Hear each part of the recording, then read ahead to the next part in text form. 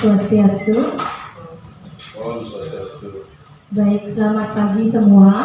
Selamat pagi. Bagaimana kabarnya? Luar biasa. Sangat semangat. SD 10. Yes, yes, yes. Ya, masih semangat ya Bapak Ibu ya? Masih. Jadi terima kasih atas kedatangannya, sudah menyempatkan waktu. Sekarang kita akan membahas tentang budaya positif, Bapak Ibu. Jadi yang terhormat Bapak Kepala Sekolah SD Negeri 10 Daupuri, yang saya hormati Bapak Ibu Guru beserta staf SD Negeri 10 Daupuri. Nah, jadi Bapak Ibu, hari ini saya berkesempatan untuk memaparkan tentang penyebaran pemahaman dan penerapan pengalaman budaya positif. Nah, jadi kira-kira ada gambaran tentang budaya positif Bapak Ibu? Ada. Baik, mungkin dari Pak Man, kira-kira apa yang Bapak tahu tentang budaya positif?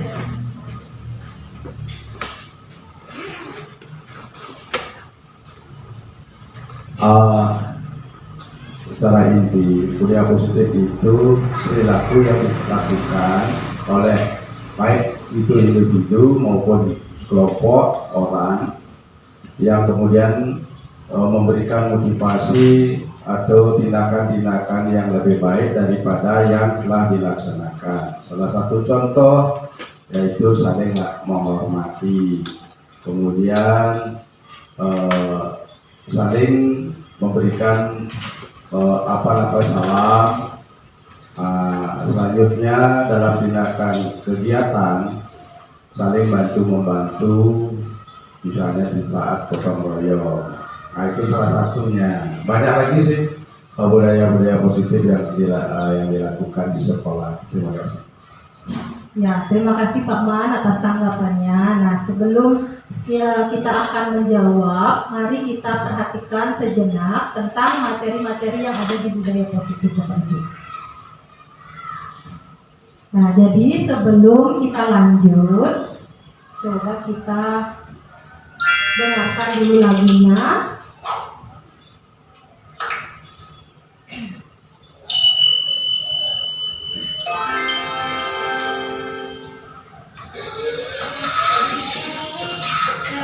Bapak Ibu pernah dengar lagu ini? Pernah ya. Ini sebagai pembuka saja Bapak Ibu, biar tidak tegang kita hari ini ya. Nanti di akhir kita akan melakukan doa bersama sesuai dengan arahan dari lagu.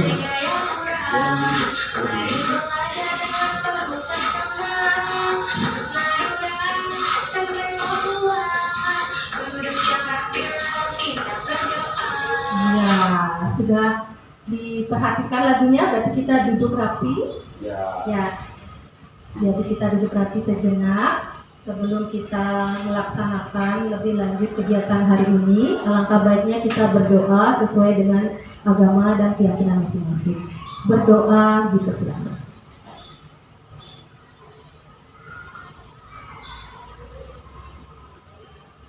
Berdoa selesai. Terima kasih Bapak Ibu.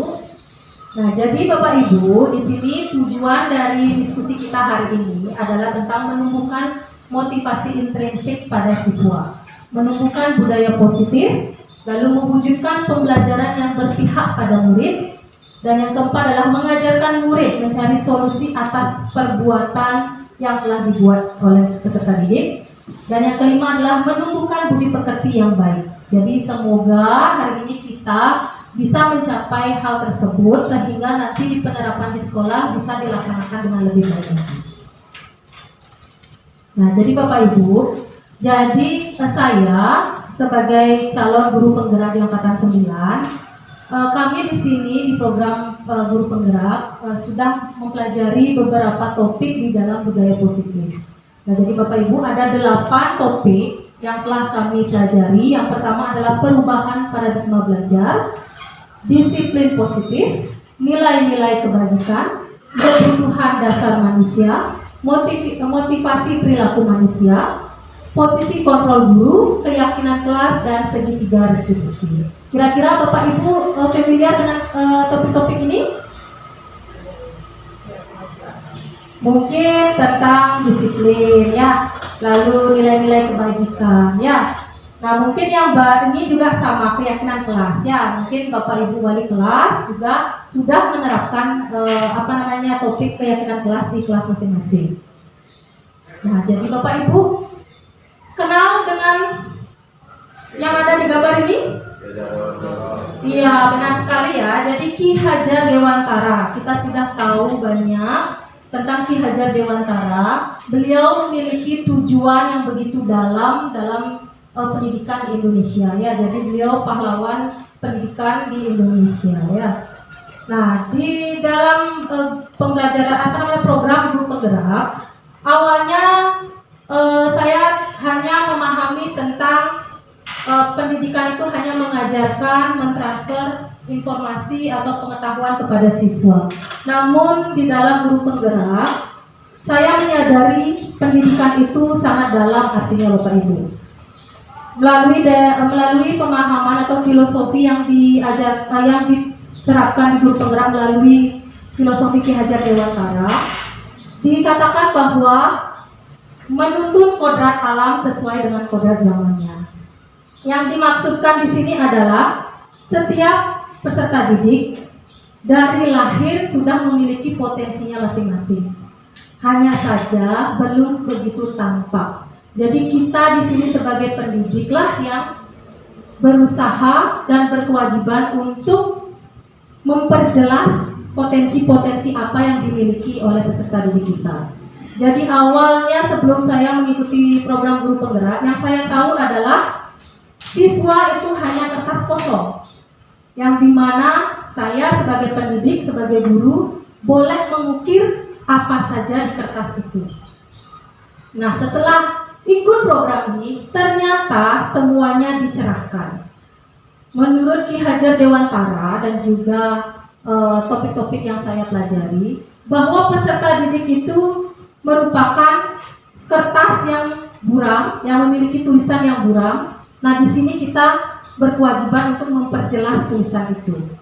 Nah, tulisan itu adalah bermakna dari potensi atau kemampuan siswa masing-masing. Itulah yang disebut dengan kodrat alam. Nah, di mana kodrat zaman ini yang dimaksudkan adalah sesuai dengan perubahan zaman yang ada. Jadi mengikuti perubahan zaman melalui kemampuan-kemampuan yang ada pada diri peserta didik. Nah, ada 3 yang yang ikut campur dalam perubahan paradigma tersebut, yaitu siswa tentunya. Yaitu kita menuntun kodrat alam dan kodrat zaman sesuai dengan profil pelajar Pancasila. Bapak Ibu sudah tahu pasti profil pelajar Pancasila kan? Pasti ya. Jadi di sini siswa diharapkan menumbuh kembangkan karakter atau kemampuannya sesuai dengan nilai-nilai yang ada di profil pelajar Pancasila. Nah, sekolah adalah tempat benih-benih kebudayaan. Yang dimaksud adalah sekolah itu menjadi tempat di mana mereka akan belajar tentang nilai-nilai kebudayaan yang ada di sekolah masing-masing sesuai dengan nilai-nilai yang ada di masyarakat. Nah, guru di sini adalah yang menuntun murid tersebut sesuai dengan kodratnya. Jadi kita memiliki tanggung jawab yang besar Bapak Ibu dalam menuntun peserta didik kita. Nah, pembelajaran paradigma baru. Nah, pembelajaran paradigma ini adalah merupakan pembelajaran yang berdiferensiasi sehingga setiap siswa belajar sesuai dengan kebutuhan dan tahap perkembangannya. Nah, sesuai dengan dimensi yang ada di profil pelajar Pancasila. Nah, selanjutnya, saya punya satu kegiatan. Coba Bapak Ibu, ada teman di sampingnya, satu sebagai A, yang satu sebagai B. Yang A, coba bayangkan memiliki sesuatu yang sangat berharga lalu dikepal di tangannya. Silakan. Dikepal di tangannya. Jangan pukul-pukulan ya. Dikepal ya. Anggap itu adalah hal yang paling berharga di hidup Bapak Ibu. Lalu B, memiliki tujuan untuk membuka kepalan tersebut. Boleh dengan cacian, makian, cinta kasih, rayuan, gelitikan atau yang lain-lain. Coba saya kasih 1 menit untuk melakukan kegiatan ini. Kira-kira apa yang akan terjadi? Silakan Bapak Ibu.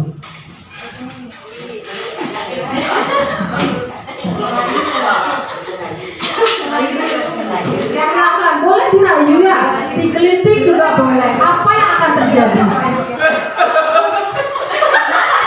Saya sudah buka, mana uangnya? Mana uangnya? Ini saya sudah buka.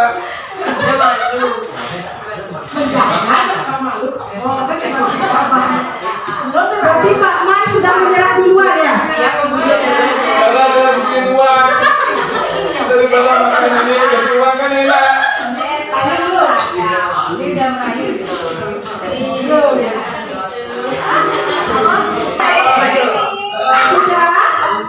Ya. Dia lagi apa nih? Hah? Apa nih? Buat lagi siapa kau? Mama buka dong, apa itu? Saya mau lihat. Ini. Oke. Sudah dilaksanakan Bapak Ibu? Sudah. Ada yang mau berkomentar apa yang terjadi? Atau menceritakan apa yang terjadi? Pak Man, silakan. Yang sedikit ya dalam permainan ini sangat memberikan motivasi kepada kita bagaimana sih kita biar bisa memiliki apa yang dimiliki oleh teman dengan cara apapun. Tetapi kalau kita dengan cara kekerasan tidak masuk dia ke dalam pembelajaran program Pancasila. Namun di sini harus kita melakukan dengan lembut, dengan rayuan, dengan memberikan hadiah. Baru kita akan bisa diizinkan untuk buka apa yang dia bawa. Seperti saya tadi, saya bawa godok, pisang goreng, kemudian dirayu dengan Pak Gede, dengan uang. Lebih baik saya menerima uang daripada pisang yang saya bawa, karena pisang ini sudah saya nikmati sebelumnya. Itu tadi jadinya. Kalau kita tidak tahu nilai penukarnya, pasti lebih besar nilai penukarannya daripada hak yang kita miliki. Pasti akan dibuka secara ikhlas, gitu ya. Terima kasih Pak Man. Ada yang ingin berkomentar atau bercerita lagi? Silakan Bu Made. Terima kasih atas waktunya. Kalau menurut saya, sesuatu yang berharga yang saya miliki tidak akan saya berikan kepada orang lain. Apapun motifnya, bagaimanapun usahanya, karena bagi saya komitmen atau sesuatu yang saya miliki itu harus saya jaga. Jadi saya tidak akan berikan pada siapa. Terima kasih. Harus ditanyakan dia. Silakan Pak. Dalam pembelajaran Pancasila, profil Pancasila, kita tidak boleh demit, ya, tidak boleh pelit. Segala sesuatu yang kita miliki, kita berbagi, walaupun tidak sepenuhnya. Guru tidak pernah memberikan muridnya, ilmunya kepada murid lebih tinggi dari dia miliki. Pasti ada seperempatnya harus dia pegang untuk pembelaan dirinya. Itu guru apapun itu pencaksilat pasti dia, kalau enggak dia bisa dibunuh oleh muridnya. Itu ya, terima kasih. Ya baik Pak Man dan juga Bu Made, terima kasih. Tepuk tangan dulu untuk komennya ya. Jadi begini, keduanya itu sama-sama memiliki pertahanan diri ya, dalam diri. Boleh ingin berbagi, boleh tidak. Itu tergantung diri kita. Nah, itulah yang disebut dengan kontrol ya. Kontrol itu adalah kita yang punya. Ya, kita bebas untuk memberikan apa yang berharga menurut kita kepada orang lain, dan kita juga bebas berpendapat untuk tidak memberikan apa hal yang berharga di genggaman kita saat itu. Nah, tapi sebagai pendidik juga seperti dibilang sama Pak Man, karena kita tahu ilmu ini berharga, dan kondisinya adalah siswa kita perlu akan ilmu tersebut, jadi kita sudah sepatutnya memberikan pengetahuan itu. Jadi intinya di sini adalah kontrol diri. Bagaimana kita memberikan yang terbaik, yang bermanfaat untuk siswa, dan tentu harus ada kontrol diri tidak memberikan hal-hal yang berdampak buruk pada siswa kita. Kira-kira paham Bapak Ibu? Paham. Ya, jadi di sini Bapak Ibu, nah seperti yang telah saya bilang ada kontrol ya. Nah ada miskonsepsi tentang teori kontrol. Yang pertama adalah ilusi guru mengontrol murid. Yang di sini dimaksud adalah terkadang kita sebagai guru ingin mengontrol murid kita. Si A harus begini, si B harus begini. Kamu tolong diam, kamu tolong begini. Apakah itu Bapak Ibu pernah dijalani? Pernah, pasti ya. Nah, tapi ada dampaknya ya Bapak Ibu. Yang dimana mengontrol murid itu terkadang seperti yang saya bilang, tergantung dari kontrol diri masing-masing Bapak Ibu.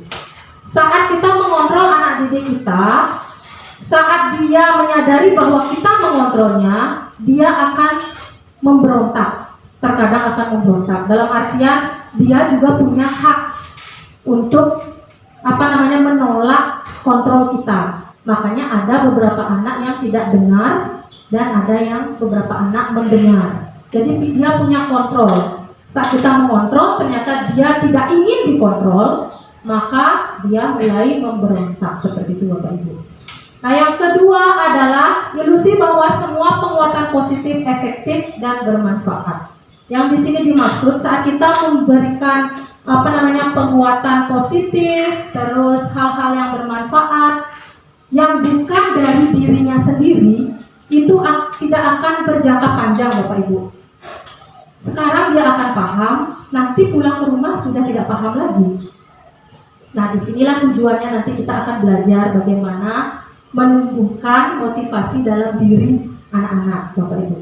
Nah yang ketiga adalah ilusi bahwa kritik dan membuat rasa bersalah mampu menguatkan karakter. Ada yang pernah merasa seperti ini Bapak Ibu? Kita memberikan kritik atau kita memberikan hal-hal yang membuat mereka merasa bersalah, kita beranggapan bahwa mereka akan berempati, terus ada karakter yang bisa ditumbuhkan dari hal-hal itu. Apakah pernah merasa seperti itu Bapak Ibu? Pasti pernah ya. Mengkritik anak pasti pernah, dan membuat mereka merasa kok saya melakukan itu ya, kok saya mengecewakan guru kita ya. Pasti pernah. Nah sebenarnya itu membuat anak didik kita psikolognya, didiknya banget itu akan merasa mengecewakan orang lain, sehingga mereka akan di masa depan sedikit mau berbicara, mereka akan takut. Aduh saya takut deh nanti mengecewakan ini, saya takut deh berpendapat nanti ini sedih. Sebenarnya ada dampak-dampaknya Bapak Ibu. Setiap proses kegiatan pasti ada dampak positif dan dampak negatifnya. Nah yang terakhir adalah ilusi bahwa orang dewasa berhak memaksa. Terkadang orang dewasa pun egois, memaksakan kehendaknya. Anak-anak, hari ini kita membaca. Silakan baca halaman ini sampai halaman seterusnya. Dan mereka harus paham. Terkadang kita punya sisi itu yang dimana kita ingin anak-anak itu paham secepat mungkin. Padahal semua perlu proses. Ya Bapak Ibu. Nah jadi bila kita ingin memajukan perlahan sedikit-sedikit, ubahlah sikap dan perilaku kita. Namun bila kita ingin memperbaiki cara utama kita, maka kita perlu mengubah kerangka acuan kita. Ubahlah bagaimana Anda melihat dunia, bagaimana Anda berpikir tentang manusia, ubahlah paradigma Anda. Jadi dimaksudkan di sini adalah di bagian ini ya Bapak Ibu, bagian sini. Yang awalnya kita berpikir ada kebutuhan kita sama, namun sebenarnya adalah kebutuhan kita berbeda.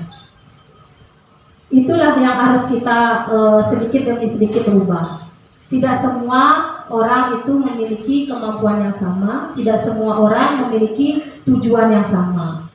Pasti mereka ada perbedaan. Jadi kita tidak bisa memaksakan. Nah, contoh yang lain adalah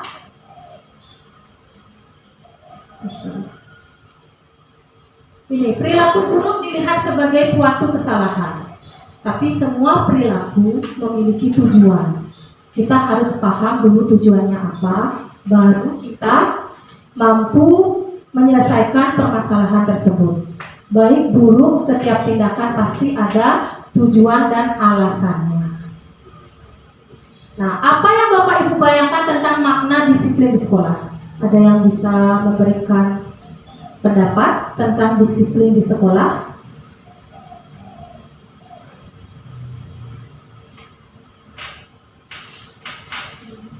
Pak Man lagi, silakan Pak Man. Oke, terima kasih waktunya. Makna disiplin di sekolah memang sangat diperlukan karena di sekolah tempat kita mendidik atau tempat proses dari anak-anak itu tersendiri. Kalau tanpa disiplin, tanpa kita menerapkan disiplin di sekolah atau aturan-aturan yang ada di sekolah harus ditaati oleh anak didik kita. Kalau tidak dia mentaati, itu akan terjadi penyimpangan dari karakter mereka. Walaupun dia memiliki karakter dari rumah, kemudian bagaimana yang terbaik di rumah akan bisa dirubah, yang terburuk di rumah itu akan berubah di sekolah menjadi baik. Sehingga itulah namanya proses belajar mengajar. Terima kasih. Ya, baik Pak Man, terima kasih atas tanggapannya. Nah, jadi disiplin positif Bapak Ibu yang sudah Pak Man sampaikan, bahwa disiplin itu dihubungkan dengan kata-kata tertib, aturan, dan kepatuhan pada peraturan. Nah, pendekatan disiplin ini Bapak Ibu, di mana mampu mengontrol perilakunya dalam kesadaran dan tanggung jawab atas tindakannya sebagai wujud menghormati diri sendiri dan orang lain. Nah, jadi kita berharap sebenarnya anak-anak mampu bertanggung jawab dan sadar akan kewajiban yang harus dilaksanakan di sekolah atas dasar menghormati dirinya sendiri dan orang lain, bukan karena paksaan. Ya Bapak Ibu, karena kita tahu bahwa anak-anak zaman sekarang tidak bisa dipaksa. Semakin kita paksa, semakin kita kekang, semakin pula dia ingin memberontak, seperti itu. Nah, caranya kita berusaha memunculkan rasa kesadaran dan tanggung jawabnya, sehingga dalam berperilaku dia menghargai dirinya sendiri dan orang lain, sehingga mampu menjalankan setiap aturan-aturan atau keyakinan yang sudah kita sepakati, seperti itu Bapak Ibu. Nah, sebagai pendidik, tujuan kita adalah menuntun yang memiliki disiplin diri sehingga mampu berperilaku sesuai dengan nilai-nilai kebajikan universal dan memiliki motivasi intrinsik Bapak Ibu. Nah, jadi nilai-nilai perilaku universal yang di sini adalah sifat-sifat positif manusia yang memiliki tujuan mulia yang ingin dicapai setiap individu. Nilai yang disepakati bersama. Nah, contohnya adalah profil pelajar Pancasila. Hampir di seluruh kabupaten atau kota yang ada di negara kita Indonesia menggunakan sekarang profil pelajar Pancasila. Masih ingat apa saja dimensinya Bapak Ibu? Apa saja? Iya, bertakwa. Bu Fani jangan keremak-keremak Bu Fani. Bertakwa, iya, bernalar kritis. Terus itu harus paham ya Bapak Ibu. Berakhlak mulia. Lalu apa? Berkebinekaan Global. Ya, lalu? gotong royong mandiri. Ya, gotong royong dan mandiri. Jadi itu harapan nilai-nilai kebajikan yang ingin kita terapkan ke anak didik kita. Nah, motivasi perilaku manusia ada dua, secara eksternal dan internal. Nah, kalau eksternal adalah untuk menghindari ketidaknyamanan atau hukuman. Nah, yang kedua adalah untuk mendapatkan penghargaan atau imbalan dari orang lain. Nah, ketika eksternal ini lebih mendominasi ke anak didik kita, maka dampaknya itu tidak akan panjang Bapak Ibu. Yang pertama, dia akan selalu menghindari ketidaknyamanan dan hukuman. Yang penting tidak dihukum. Yang penting nyaman saja. Pasti begitu anak-anak kita. Lalu dia akan mengharapkan imbalan atau penghargaan dari orang lain.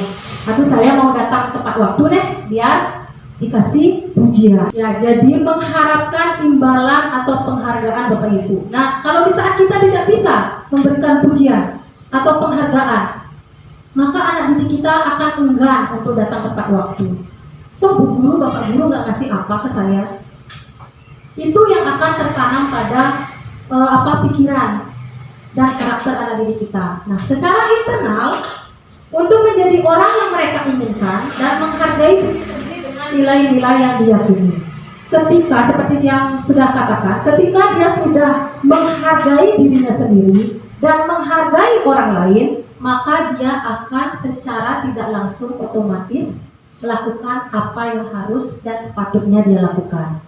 Pagi harus jam segini bangun, dia udah otomatis. Karena apa? Dia menghargai dirinya. Dalam artian, saya ingin diri saya ini tertib. Saya ingin diri saya ini bertanggung jawab. Maka dia secara tidak langsung akan melakukan hal-hal yang menurut nilai-nilai yang sudah disepakati. Nah, motivasi internal menurut Ki Hajar Dewantara adalah merdeka itu artinya tidak hanya terlepas dari perintah, akan tetapi juga cakap buat memerintah diri sendiri. Ini berkesinambungan dengan kontrol diri Bapak Ibu. Jadi dia bukan hanya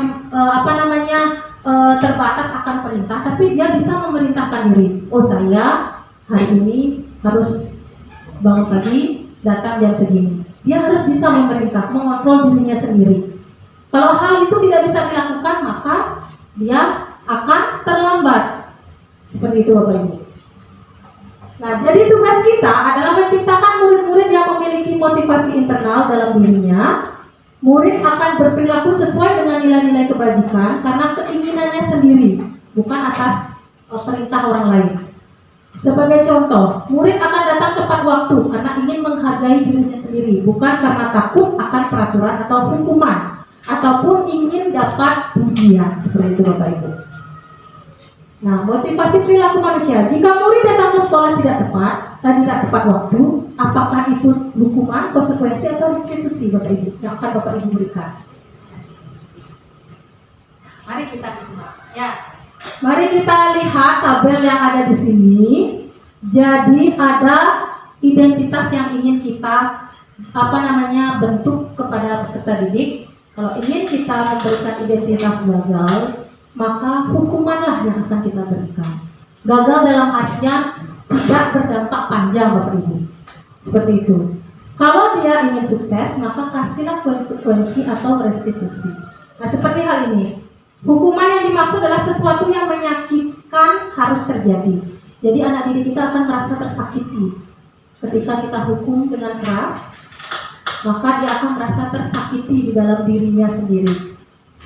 Nah, kalau kita kasih konsekuensi, sesuatu harus terjadi. Memang itu harus saya lakukan, seperti itu. Nah, kalau restitusi adalah pilihan di mana kita mengarahkan anak didik kita, mereka tahu kesalahannya dan mereka tahu solusi apa yang harus dilakukan tanpa kita mengasih tahu ya. Jadi itulah kesadaran diri sebenarnya.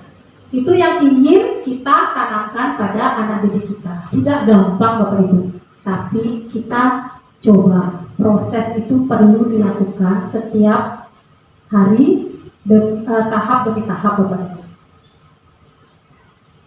Nah, setelah memahami tabel tadi, apa yang akan Bapak Ibu guru lakukan jika menemukan murid yang berperilaku negatif? Kira-kira apa yang akan dilakukan? Masih ingin memberikan hukuman? Atau ingin menumbuhkan kesadaran diri? Kalau saya sedikit ya. Ya, silakan Bapak. Mohon maaf ini Bu Septi. Sesuai dengan apa yang Bu Septi sampaikan tadi, memang benar dampak jangka panjangnya dan jangka pendek. Namun dalam hal ini saya selaku guru, walaupun kita lakukan ketiganya, ya untuk mengingat jangka pendek yang kita ketahui yang lebih cepat hasilnya, pasti dengan hukuman. Kenapa?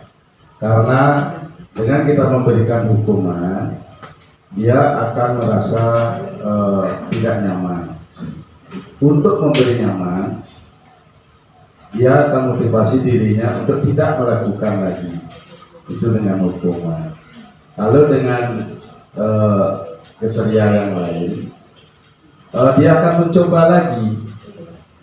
Tetapi setelah dia kita sering memberikan motivasi, kemudian menanyakan apa yang dia harus lakukan, itu dampaknya jangka panjangnya akan bagus. Memang benar itu yang Ibu sampaikan.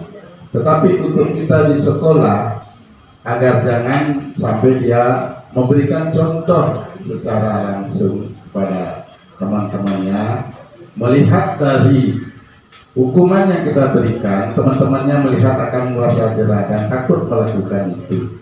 Itu untuk saya. Memang itu yang saya lakukan, walaupun saya lakukan yang lainnya. Jika kita lihat lihat seberapa sih kejahatannya dia, ataupun seberapa sih perilaku yang dia lakukan. Kalau masih sebatas dia akan bisa mengontrol, kita tidak memberikan hukuman, kita berikan dia tuh solusi yang lain. Nah itu kalau saya, mudah-mudahan saya bisa berubah diri saya sehingga saya jalankan yang lainnya. Gitu. Terima kasih. Terima kasih Bapak, sudah jujur sekali ya. Nah jadi begini Bapak Ibu, memang kita tidak bisa dengan mudah melepas hukuman, memberikan hukuman kepada siswa kita. Namun jika ingin kita memiliki dampak yang panjang untuk anak didik kita ke depannya, terutama ini mengharumkan negeri kita, terus mengharumkan nama sekolah serta dirinya sendiri, kita akan melakukan yang lebih baik. Perubahan itu selalu ada Bapak Ibu ya. Contoh, kalau kita punya uang, ingin membeli sesuatu, apakah kita akan membeli hal yang murah atau yang mahal? Nah, ayo. Kalau menurut saya ya, karena setiap orang memiliki pendapatnya masing-masing. Kalau menurut saya, selama uang saya cukup, kenapa tidak beli yang mahal untuk jangka panjang? Kalau saya beli yang murah, oke, hari ini saya bisa pakai. Lagi 1 minggu, rusak lagi. Kan begitu kan? Ya, jadi tergantung kontrol diri kita Bapak Ibu ya. Bapak Ibu ingin menjadi seperti apa dan membuat anak didik kita seperti apa, seperti itu. Nah, sekarang perhatikan tabel yang ada di depan. Ada beberapa situasi. Silakan dipilih apakah ini termasuk hukuman atau konsekuensi. Silakan, saya kasih waktu beberapa menit untuk membaca.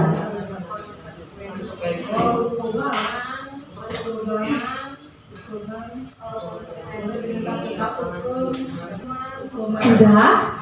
Oke, coba ya yang belum berbicara. Saya minta kesempatannya mungkin dari senior kita ya, Bude Sase.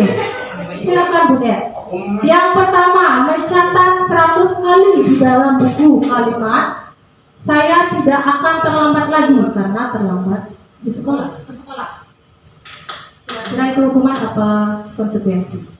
Terima kasih atas waktunya Bu Siti. Yang pertama adalah mencatat 100 kali di dalam buku kalimat saya tidak akan terlambat lagi karena selamat ke sekolah. Itu adalah hukuman besar.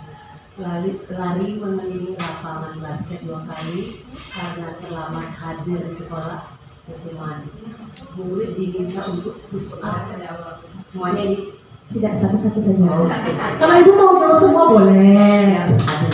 Iya, benar. Terima kasih. Ya, jadi menurut Bude Sase, yang pertama itu adalah hukuman. Bapak Ibu bagaimana? Setuju? Ada punya pendapat lain? Setuju. Setuju ya. Nah, yang kedua tadi apa Bude? Yang kedua lari mengelilingi Hukuman. Iya. Yang lain setuju itu hukuman? Oke, setuju. Nah, yang nomor 3, coba siapa yang mau? Gede mungkin, gede. Pak Gede.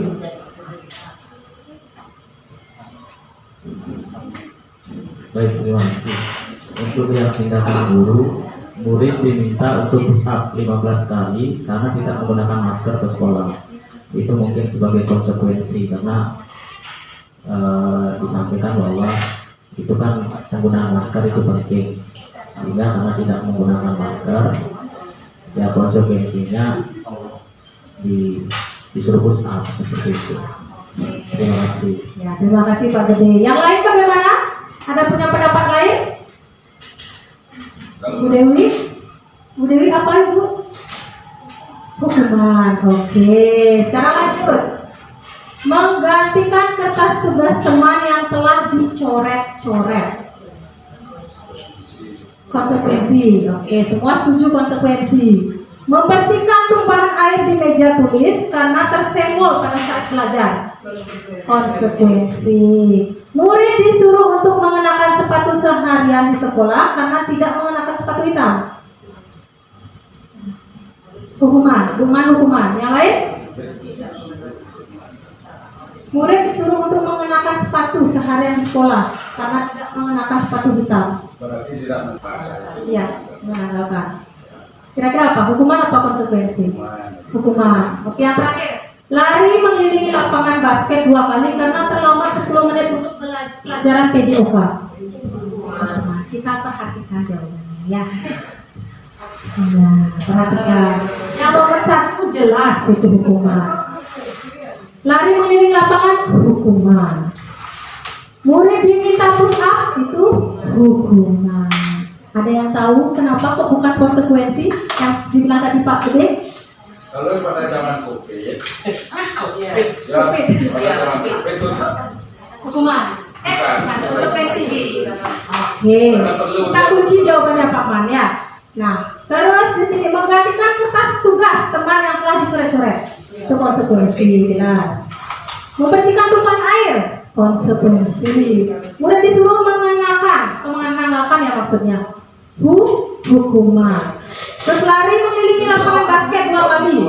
Itu konsekuensi. Oke.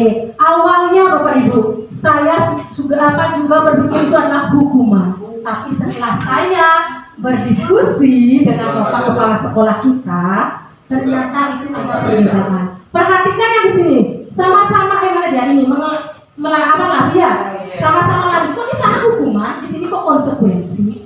Ternyata Bapak Ibu, konsekuensi adalah di mana tindakan yang diberikan dia sesuai dengan kesalahan yang dia lakukan. Seperti itu Bapak Ibu.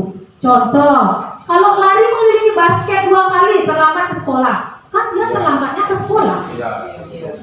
Tentu itu hukuman bukan konsekuensi. Sedangkan ini sama-sama lari, tapi dia karena pelajaran PJOK. Itulah konsekuensi. Ya, dengan ini juga diminta push up. Apa hubungannya push up dengan masker di sekolah, menggunakan masker di sekolah? Ada hubungan? Zaman sekarang nggak ada hubungannya. Nah itu dah. Zaman COVID ada. Iya. Sekarang kita kan ngomongin sekarang ya, Pak ya. Kita kan ada di Bapak Pak move on deh. Move on Pak. Nah jadi pemberian hukuman akan membentuk identitas gagal pada murid. Untuk membentuk identitas sukses pada murid, kita bisa melakukan konsekuensi atau restitusi. Restitusi adalah proses menciptakan kondisi bagi murid untuk memperbaiki kesalahan mereka sehingga mereka bisa kembali pada kelompok mereka dengan karakter yang lebih kuat. Jadi tujuannya ini Bapak Ibu, karakter yang kuat. Kalau kita ingin karakter Anda jadi kuat, dengan upaya kita mencoba menggunakan restitusi seperti itu Bapak Ibu.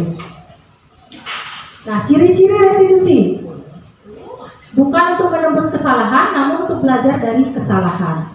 Memperbaiki hubungan, tawaran bukan paksaan. Restitusi menuntun untuk melihat ke dalam diri. Restitusi mencari kebutuhan dasar yang mendasari tindakan. Restitusi diri adalah cara yang paling baik. Nah, restitusi fokus pada karakter, bukan tindakannya. Restitusi fokus pada solusi, dan restitusi mengembalikan murid yang berbuat salah pada kelompoknya dengan harapan mereka memiliki karakter yang kuat. Nah, jadi kebutuhan dasar manusia Bapak Ibu ada 5 ya. Yang pertama adalah bertahan hidup, yaitu survival. How to survive ya, bagaimana kita survive, bertahan hidup di lingkungan kita. Nah, kasih sayang dan rasa diterima, bagaimana kita ingin diberikan atau dicintai. Ya, love itu penting ya Pak ya, Ya. tentu ya. Tanpa cinta kita tidak akan mengenal. apa Pak ya. Iya benar. Dan rasa diterima itu juga penting. Kalau kita tidak diterima, pasti kita akan memojokkan diri, tidak mau bergaul dengan teman-teman atau keluarga kita. Jangan sampai tidak punya meja, tidak bergaul. Benar Bapak. Ya. Benar Pak. Jadi ada kebebasan juga ya. Sudah. Nah, jadi ada kebutuhan kebebasan. Bebas berpendapat, bebas memilih, tapi dengan posisi diri yang baik ya. Terus ada kesenangan. Kalau kita tidak punya kesenangan, apalah hidup kita. Dan ada penguasaan, power. Ada yang tahu maksudnya power di sini apa? Bukan kita memerintah ya, bukan memerintah atau memukul dan ditakuti, bukan. Sebagai pendidik, kita harus wajib menguasai tupoksi kita. Jadi agar diakui di lingkungan kita, terutama di murid-murid. Kalau kita sebagai guru tidak punya kekuatan itu, akan dianggap tidak mampu menjelaskan materi. Agar bukannya itu yang mana bukan? kesenangan fun. Kesenangan bukan ya? Senang bercocok tanam Bu ya. Betul. Bercocok tanam itu penting juga bukan ya? Kesenangan itu. Iya, kesenangan. Iya, happy. Lakukan dengan perasaan. Nah, sekarang kita lihat ada situasi di mana Bimo, seorang anak TK ya, selalu berlari keluar kelas menuju jalan raya di depan sekolahnya yang ramai dengan kendaraan. Tingkahnya membuat guru Bu Ani bingung dan seringkali lari mengejarnya. Ada beberapa kemungkinan jawaban yang diberikan Bimo. Nah, sekarang kita identifikasi. Situasinya adalah aku senang main kejar-kejaran dengan Bu Guru, seru. Kira-kira dia kebutuhan apa yang mendasari ini? Sebenarnya bukan Bimo dipakai, muka. Ya, lurah ya, bisa lurah. Kan gurunya ada pelakunya di sini. Ya, benar. Bisa kita pakai lurah ya. Sekarang coba, siapa yang mau memberikan pendapat? Ada yang milih kebebasan nggak? Cinta dan kasih sayang. Oke. Ada pendapat lain? Kesenangan. Kesenangan. Oke, Bu Dewi kesenangan. Bu Made kebebasan. Ada lagi? Pak John apa? Kebebasan. Oke, kita perhatikan. Kesenangan Bapak Ibu. Dia ingin berlarian bersama ibu gurunya gitu. Dia ingin merasa senang gitu di sekolah. Ya. Sekarang mau bully. Bukan, dia ingin senang bersama ibu gurunya, lalu dia mengajak lari-larian gitu ya. Nah sekarang, ibu kejar aku karena ibu guru sayang aku. Cinta kasih sayang. Bu Dewi bilang cinta kasih sayang. Bu Dewi juga cinta kasih sayang. Yang lain? Sama, jelas ya. Coba kita perhatikan. Iya, karena ada kata sayang jelas sekali ya. Bu Guru kejar aku karena Bu Guru sayang aku, seperti itu. Bapak Ibu Guru mau ngejar Murah? Tenang. Pak, sadar, jangan hukuman Pak. Oke, aku hebat kan? Bisa bikin Bu Guru kejar aku. Ternyata Bu Gurunya mau ngejar dia.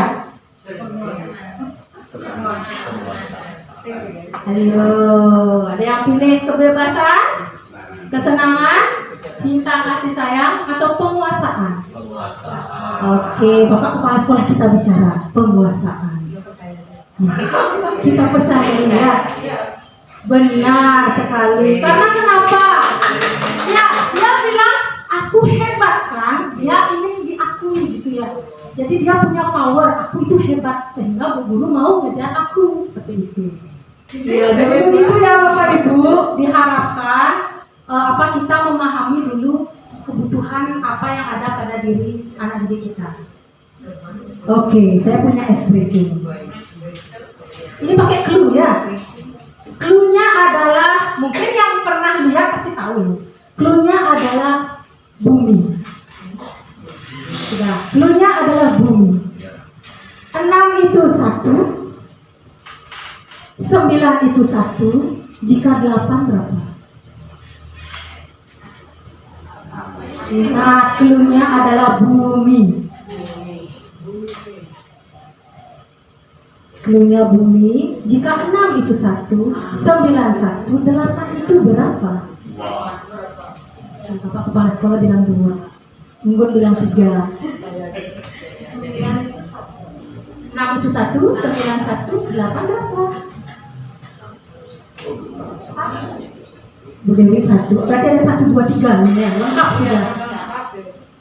Baik, masih salah. Ya. 8 itu 2 dibilang sama Pak Eri. Ya.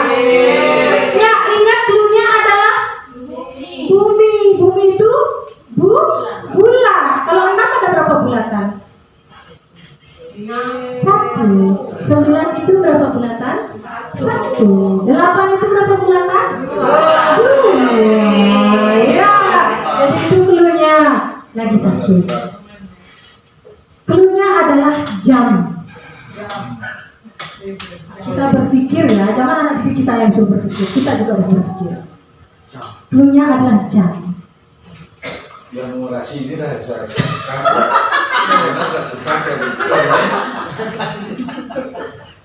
Sudah? 3 itu 3. 3. Ya. 5 itu 5. 24 itu 12. Kira-kira 22 berapa?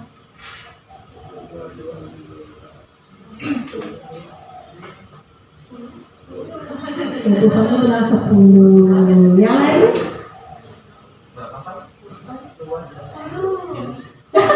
Bapak ikut-ikut ya? Ikut-ikut bawah Bapak? 1. Jauh sekali Pak. Jam 12 jam 2. Jam 12 jam 12 jam 2. Itu kan jam. Bapak, coba diperhatikan sama Bapak. Ada jam nggak di sini? Nah, itu di jam-jam. 2 itu tetap di 2 Bapak. Ya. 5 itu tetap di 5. 24 itu kan di angka 12 tetap. Berarti kalau 22 angka berapa Bapak? Jadi kita coba berpikir kritis ya, bukan hanya 1 tambah 1 sama dengan 2 saja ya.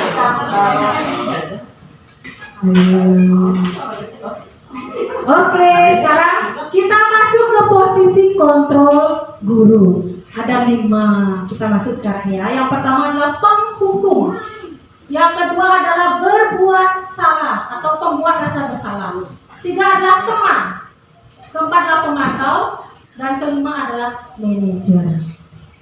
Nah, penghukum Bapak Ibu, yaitu adalah rasa tidak nyaman dan takut pada peserta didik. Ada kata-kata atau kalimat yang digunakan ketika guru melakukan posisi kontrolnya sebagai penghukum. Yang pertama adalah patuhi aturan saya atau awas. Kamu selalu saja salah. Selalu, pasti selalu yang terakhir selesai. Terlambat lagi, pasti terlambat lagi. Selalu datang terlambat. Kapan bisa datang tepat waktu? Itu adalah kata-kata yang menyakiti sebenarnya perasaan anak didik kita.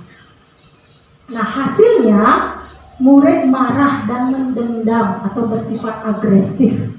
Bisa jadi sudah kembali duduk, lalu mereka akan mencoret-coret bukunya atau meja tulisnya karena mereka kesal, apalagi kalau ditegur di depan teman-temannya. Ya, seperti itu Bapak Ibu. Nah, pembuat rasa bersalah ini masuk ke psikologis anak didik kita. Kata-katanya yang biasanya dimunculkan adalah Ibu sangat kecewa sekali dengan kamu. Berapa kali Bapak harus memberitahu kamu ya? Gimana coba kalau orang tua kamu tahu kamu berbuat begini? Adi, kamu ini bagaimana ya? Kamu sudah berjanji dengan ibu tidak akan terlambat lagi. Kamu kenapa ya senang sekali mengecewakan ibu? Ibu benar-benar kecewa. Nah, sebenarnya hasil dari kata-kata itu adalah mereka akan merasa bersalah. Bersalah telah mengecewakan ibu bapak gurunya. Murid akan merasa menjadi orang yang gagal dan tidak sanggup membahagiakan orang lain. Ya, kadang-kala sikap seperti ini lebih berbahaya daripada penghukum karena masuk ke psikologis. Nah, itu akan tertanam lama, mungkin akan berdampak hingga mereka dewasa, Bapak Ibu. Nah, di sini teman itu adalah mengontrol murid. Ada kata-kata yang biasa dilakukan, ayo bantulah demi Bapak ya. Ayo ingat tidak bantuan Bapak selama ini. Ya sudah, kali ini tidak apa-apa, nanti Ibu bantu bereskan. Adi, ayolah, bagaimana sih kamu? Kemarin kamu sudah janji ke Bapak bukan? Kenapa terlambat lagi? Nah, sebenarnya ini akan memberikan hasil yang lumayan juga tidak terlalu bagus Bapak Ibu. Ketika mereka merasa senang dan juga akrab dengan guru, mereka akan memiliki ketergantungan pada guru tersebut.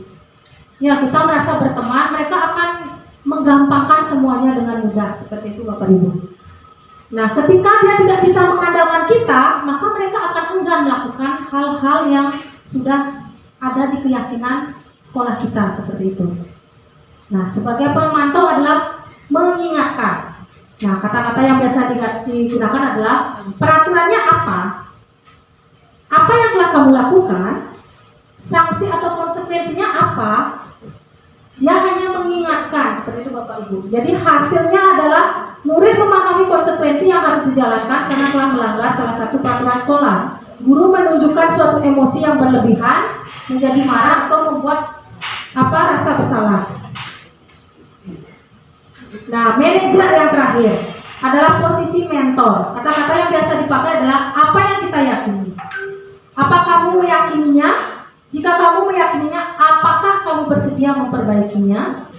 Apa rencana kamu untuk memperbaiki hal ini? Nah, di sini posisi manajer adalah fokus pada murid Bapak Ibu.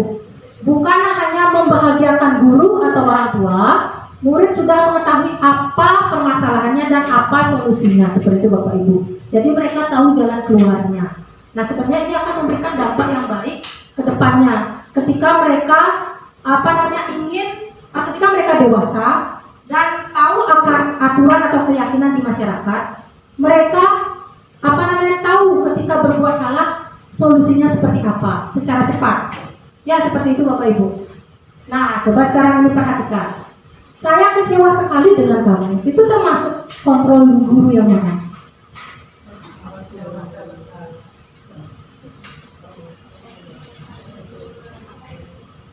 Saya kecewa sekali dengan kamu. Setuju semua? Membuat orang merasa bersalah? Oke, kita perhatikan. Benar sekali ya. Di sana ada kecewa sekali dengan kamu, seperti itu. Nah, sekarang sharing 5 posisi kontrol sebagai guru yang paling sering dilakukan dan menempel di kertas post-it. Ya, di sini sudah ada Bapak Ibu. Posisi kontrol ada 5: penghukum, teman, pembuat rasa bersalah, pemantau, dan manajer. Silakan tercermin dulu diri sendiri. Selama ini Bapak Ibu menjadi guru kontrol yang mana? Ya, sebentar saya kasih post-it-nya.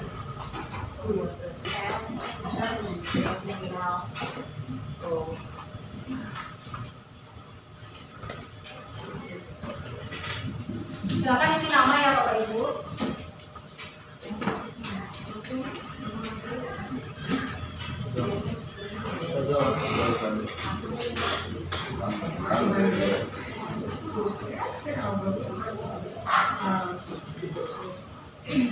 Kalau bisa isi kata-katanya yang pernah Bapak Ibu sampaikan ke anak kita.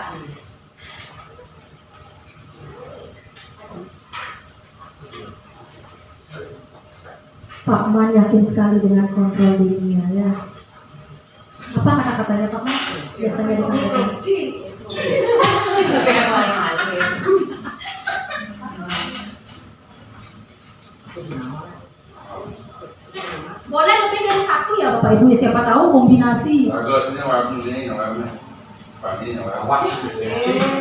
Mungkin Bapak Kepala Sekolah kita bisa memberikan pendapat ya selama ini menjadi guru yang bagaimana.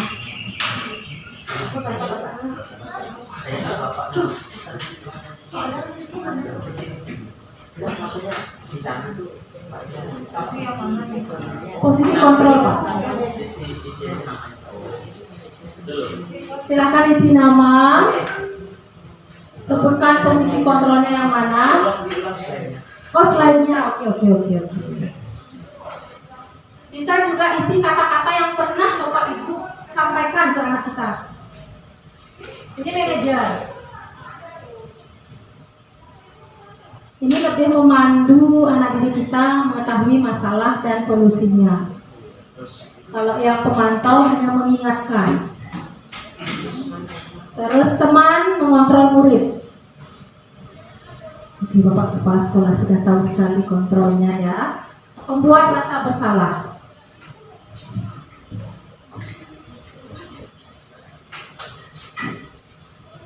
Nah, ini adalah penghukum. Sabar. Coba Jon, terus.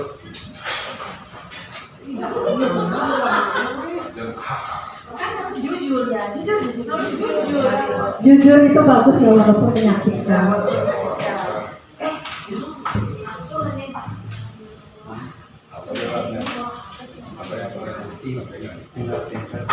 Saya yang disampaikan berdasarkan yang sampai tersampaikan.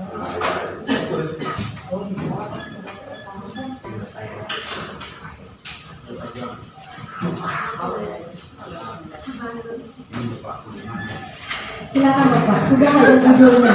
Pemantau, teman, merasa bersalah, penghukum, manajer, semua ada. Pak Jon sudah lihat Pak. Apa itu Bapak? Ingat hari Senin pakai kredit sekolah pemantau. Terus itu? Jangan sampai terlambat.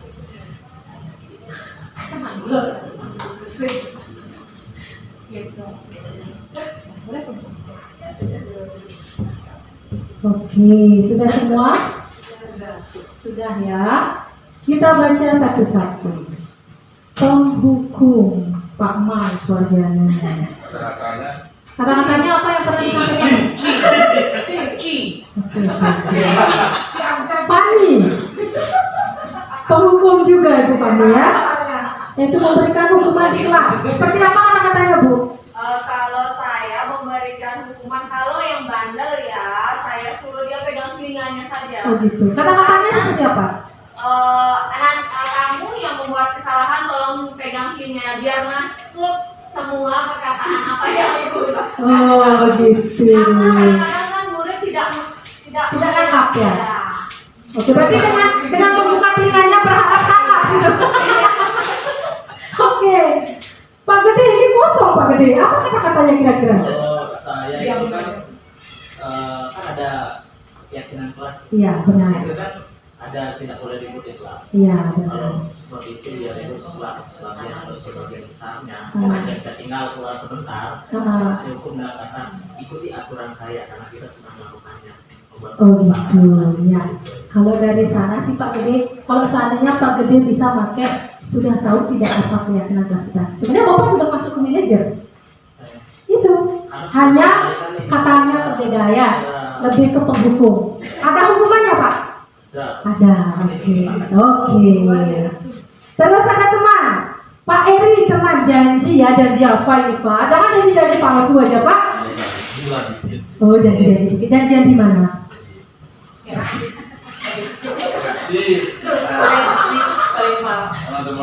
Oke lanjut. Ini siapa ini? Bu Made ya? Iya. Ya saya ya sudah nanti kerjakan bersama-sama ya. Oh begitu Bu Made ya. Sering begitu. Oh gitu ya, maklum kelas 1 ya. Teman juga Bu Desase, anak-anak berguru yang cantik dan ganteng, rajin belajar ya. Iya. Terus Pak Jon, jangan sampai terlambat ya. Ya Pak Jon lebih ke teman Pak ya. Iya. Terus ada lagi Pak Gede juga teman. temannya bagaimana Pak Budi? Ya, ketika kemarin salah satu siswa ada yang tidak bisa diantar karena dia tidak bisa naik motor, ibunya yang dia tidak bisa makan, dia tidak bisa membawa motor, ibunya dia harus menaiki gojek setiap hari. Nah, ketika itu saya sampaikan ke anaknya, bapak maklumi ya, karena hal itu kan juga merupakan kondisi yang mungkin tidak semua orang mengalami itu. Tapi saya tekankan ke dia untuk setiap hari masuk. Dan sekarang sudah selama 3 minggu ini sudah selalu masuk. Iya, itu memang termasuk teman. Nah, yang terus pembuat rasa bersalah, Fani, Bu Fani ini, Bu Fani kecewa jika dapat nilai jelek. Ibu membuat rasa bersalah ya, silakan Bu sampaikan.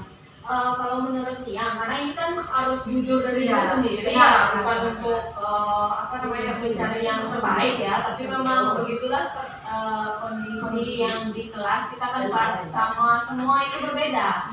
Jadi setiap Berarti Bu Fani sering bilang gini ya, perkataan yang membuat mereka merasa bersalah ya. Terus di sini ada pemantau. Tugas sudah diberikan minggu lalu, tapi anak tidak mengerjakan alasan lupa. Konsekuensinya selesaikan tugas yang sudah diberikan. Oke Bu Dewi, bisa disampaikan Bu Dewi maksudnya bagaimana? Jadi untuk posisi kontrol pemantau, jadi apapun yang sudah kita berikan ke siswa, sudah sampai sejauh mana materi yang sudah kita berikan. Memang sih ada beberapa, kayak misalkan ada beberapa kelompok jadinya cuma kita bisa memantau anak-anak. Lebih mengingatkan ya Bu ya. Oke, Pak John, ingat hari Senin pakai atribut sekolah. Iya, Bapak sebagai pemantau, bagaimana itu kondisinya Bapak?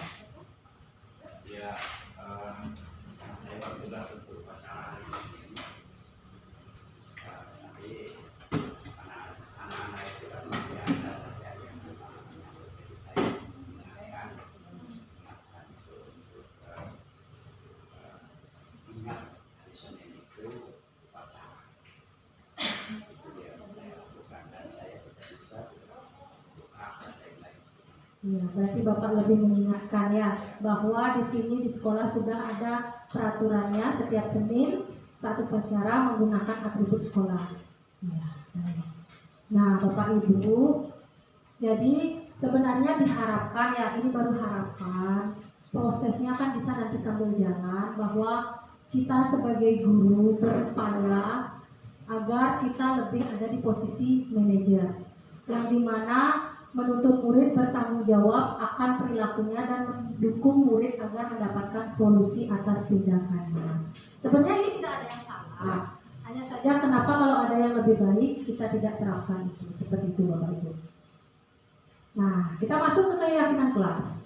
Jadi di dalam keyakinan kelas, guru berperan mewujudkan kesepakatan sekolah atau kelas. Adanya kesepakatan sekolah atau kelas antar guru dan murid. Kesepakatan sekolah atau kelas harus mudah dan dipahami dan diingat. Mungkin Bapak Ibu wali kelas sudah membuat kesepakatan sekolah kelas di masing-masing ya, sudah ditempel. Nah, jadi keyakinan kelas itu adalah yang bersifat abstrak, peraturan yang lebih rinci dan konkret. Keyakinan kelas berupaya pernyataan-pernyataan yang universal. Pernyataan keyakinan kelas senantiasa dibuat dalam bentuk positif. Jadi kata-katanya itu positif Bapak Ibu. Contoh kalau jangan terlambat. Jangan, kata jangan itu kan negatif. Kita upayakan menggunakan kata-kata yang positif. Datanglah tepat waktu, seperti itu. Jadi sebenarnya itu akan mensugesti anak didik kita setiap membaca, karena itu kan ditempel di kelas. Itu akan dibaca sama anak-anak didik kita. Ketika ada kalimat-kalimat negatif, secara tidak langsung kesadarannya itu merekam.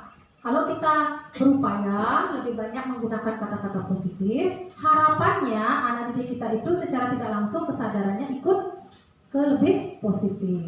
Ya, seperti itu. Nah, coba yang di sini, kira-kira nilai keyakinan apa yang masuk pada peraturan ini? Nilai keyakinan boleh ada yang tanggung jawab, menghargai, seperti itu Bapak Ibu. Kalau seandainya selalu kembalikan buku ke tempatnya, tanggung jawab. Oke, kalau dilarang mengganggu orang lain, lebih ke nilai apa itu? Ayo, kira-kira nilai kebajikan apa yang tertanam di sana?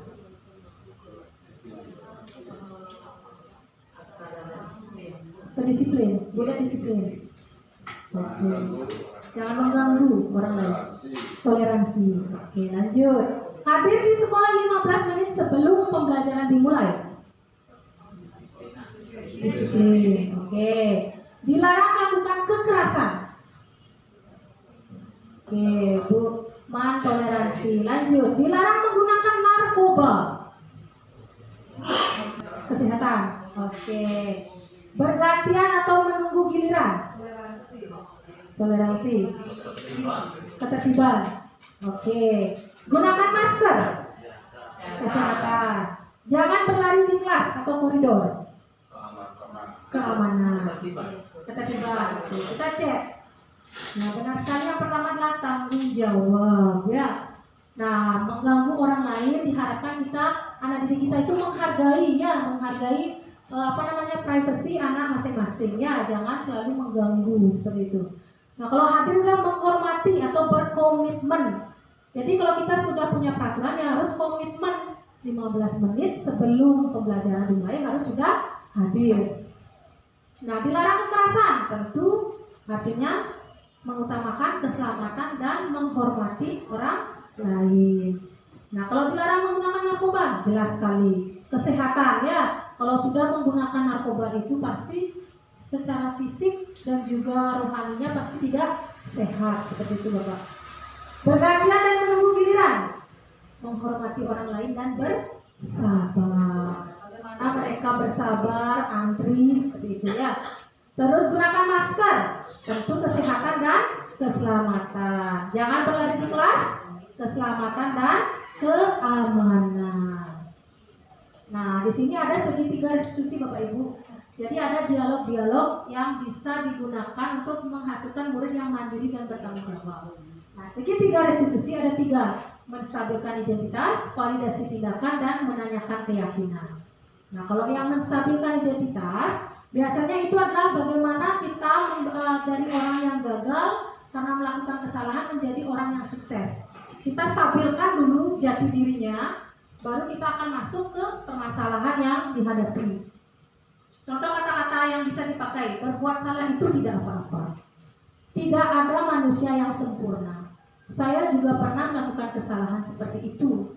Kita bisa menyelesaikan ini. Nah, diharapkan di sini anak didik kita itu mau terbuka, jadi gitu, ya, Bapak Ibu.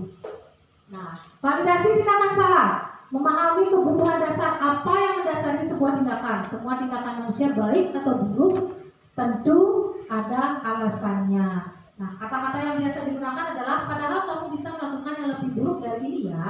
Maksudnya di sini adalah kita ingin mereka menjawab jujur gitu, dalam artian dia menyadari kesalahannya. Terus kamu pasti punya alasan mengapa melakukan ini, sehingga anak didik kita akan terbuka. Nah, baru kita menanyakan keyakinan. Ketika Bapak Ibu sudah punya keyakinan kelas, bisa Bapak Ibu gunakan kata-kata yang ini. Maksudnya apa keyakinan kelas kita? Keyakinan kelas apa yang Bapak Ibu keyakinan kelas apa yang anak-anak langgar, seperti itu, ya. Baik Bapak Ibu, jadi setelah kita mempelajari tentang segitiga restitusi, saya telah menerapkan segitiga restitusi untuk melakukan bimbingan bersama anak didik saya untuk memecahkan permasalahan yang telah dilakukan. Jadi di sini ada seorang siswa bernama Alfian, yang sering saat istirahat masuk ke kelas 1. Lalu Alfian tidak sengaja meminum airnya Ocha, adik kelasnya. Jadi saat itu Ocha nangis dan saya mendapatkan laporan akan tindakannya Alfian. Baik, kita akan menonton sejenak.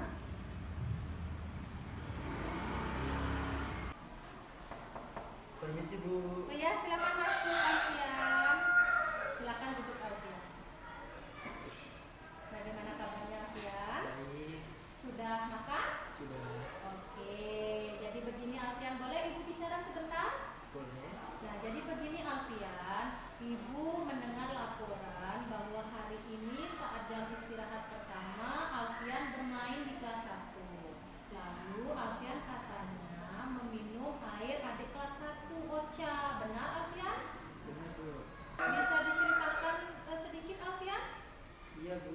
tapi tadi Alfian sudah minta izin. Nah, jadi begini Alfian, ibu tidak tertarik dengan siapa yang salah, tapi ibu ingin mencari solusi dari permasalahan ini. Apakah Alfian sudah meminta izin sebelumnya? Tidak Bu, karena Aca tidak ada, Alfian meminta izin dalam hati Bu.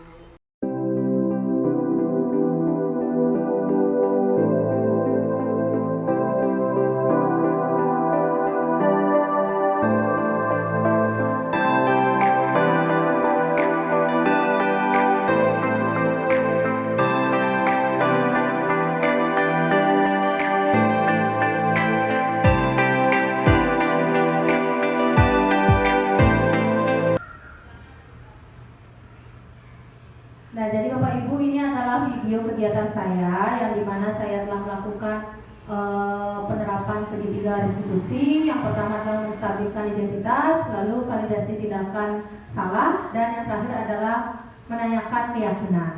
Dan harapannya bahwa Alfian tidak akan melakukan hal-hal yang sudah dilakukan. Jadi Alfian memperbaiki kesalahan sehingga menjadi anak yang lebih menerapkan disiplin positif ke depannya, seperti itu Bapak Ibu.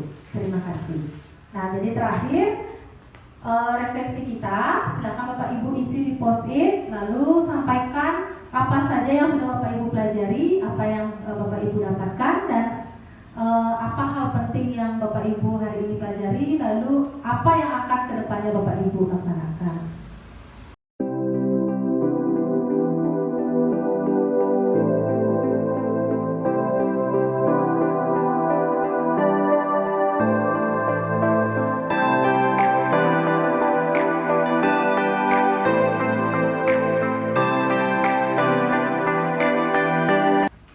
Bapak Ibu, terima kasih atas partisipasinya pada hari ini, dan juga terima kasih atas refleksi yang sudah Bapak Ibu lakukan hari ini. Semoga kedepannya kita mampu menerapkan budaya positif di sekolah kita, mungkin melalui pembiasaan atau pembelajaran di sekolah kita. Akhir kata saya ucapkan terima kasih dan pamit. Om Santi Santi Santi Om.